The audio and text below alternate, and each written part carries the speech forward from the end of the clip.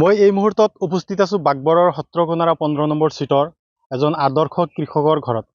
আৰু এই কৃষকজনে 1 বিঘা ভূমিত উন্নত মানৰ বগৰী খেতিৰে বগৰী আৰম্ভ কৰিছে। আৰু এই বগৰীসমূহ এতিয়া গছত লাগিছে।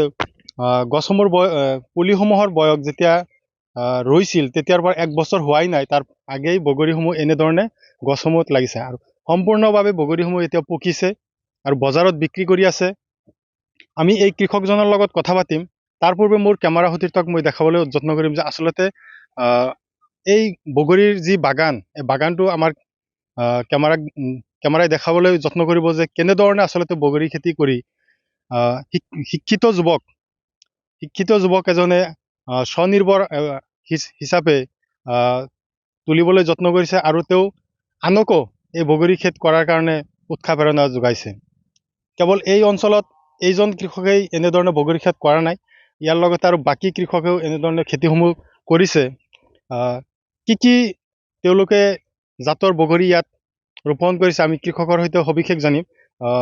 আচলতে প্ৰথমে আপুনি জনাব আপোনাৰ নামটো কি আৰু এই বগৰীসমূহ আপুনি ক'ৰ পৰা ৰপ্তানি কৰিছে আৰু ক'ত বিক্ৰী কৰিব বা কেনেধৰণৰ আপোনাৰ খৰচা পাতি হয়, কি ক'ব?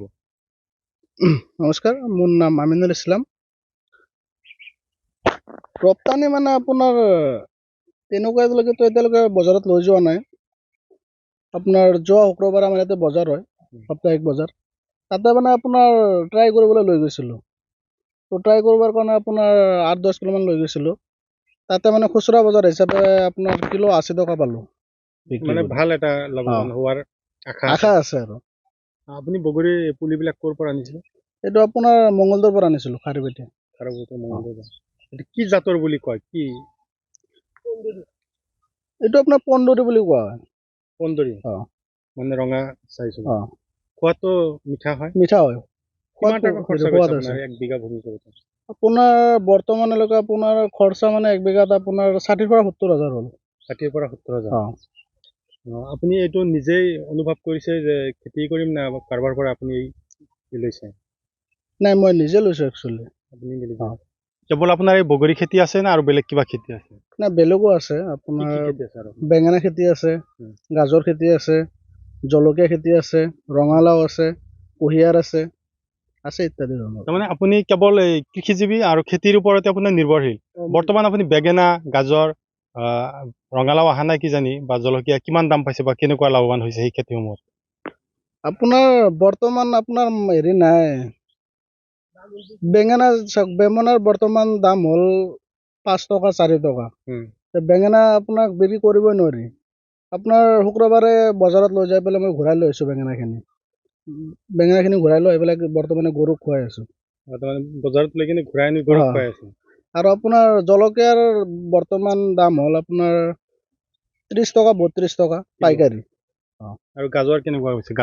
গাজৰ আপোনাৰ বৰ্তমান 12 টকা 10 টকা। যদিও আমি ক'ব পাৰোঁ যে বগৰী খেতিত আপুনি লাভৱানৰ এক আশাত আছে, কিন্তু বাকী আপোনাৰ বেঙেনা বা গাজৰত এনেকুৱা আপুনি আশা নাই বৰ্তমান? নাই, বৰ্তমান একো আশা নাই। বাকী শাক পাচলিত একো আশা নাই।